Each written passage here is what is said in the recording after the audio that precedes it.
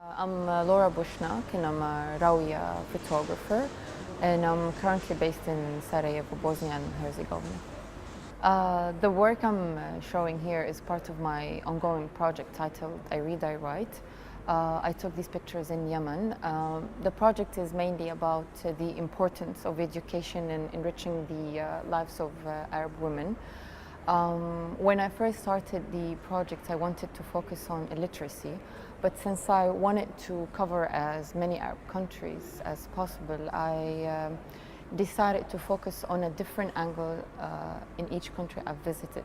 What I focused in Yemen was basically access of education, because according to a UNICEF report, access to education is extremely difficult for young girls. And what I decided to do in Yemen, I took portraits of women who were the first members in their families to go to universities. And the main concept I used in this project is the text you see on the portraits. So basically the women got engaged in the project and they wrote their own words on the pictures, explaining, for example, why they decided to continue their education, or like in the case of Egypt, saying why they decided to learn how to read and write and how that had influenced their lives.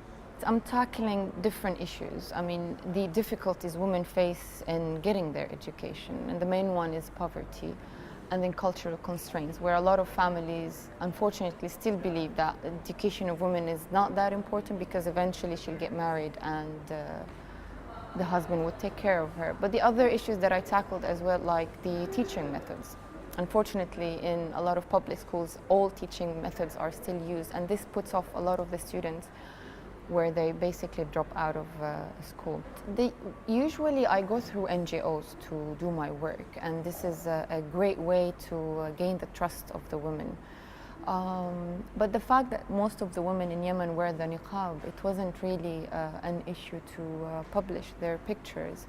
And on the contrary, because before going to Yemen, I've asked a lot of my male colleagues who work there, and I was told that it's very difficult for them to take pictures of women. But I think in this case, the fact that I'm a woman, it made the work much easier to access the stories of the women. I personally didn't like going to school that much. And then as my photography career developed, I wanted to do something about the position of Arab women. And the idea partially started when I read a report by the UN, which states that 50% of Arab women cannot read or write. So how can we really look for change, especially nowadays that all these changes are taking place across the region? I mean, when half of the community is often neglected. So I think the key point to start is education. Women has to be educated. They have the right to it. That's the beauty of Rawiya, that we all come from the region, and more or less we are all working on social issues, and particularly women issues, that each one of us is tackling a different topic. And so when you put this work together, where, for example, I mean, you can see the pictures here of Yemeni women wearing the niqab, and then you have Egyptian photographer Myriam Abdelaziz showing her belly dance series from Cairo, and it also shows the contradiction of the region.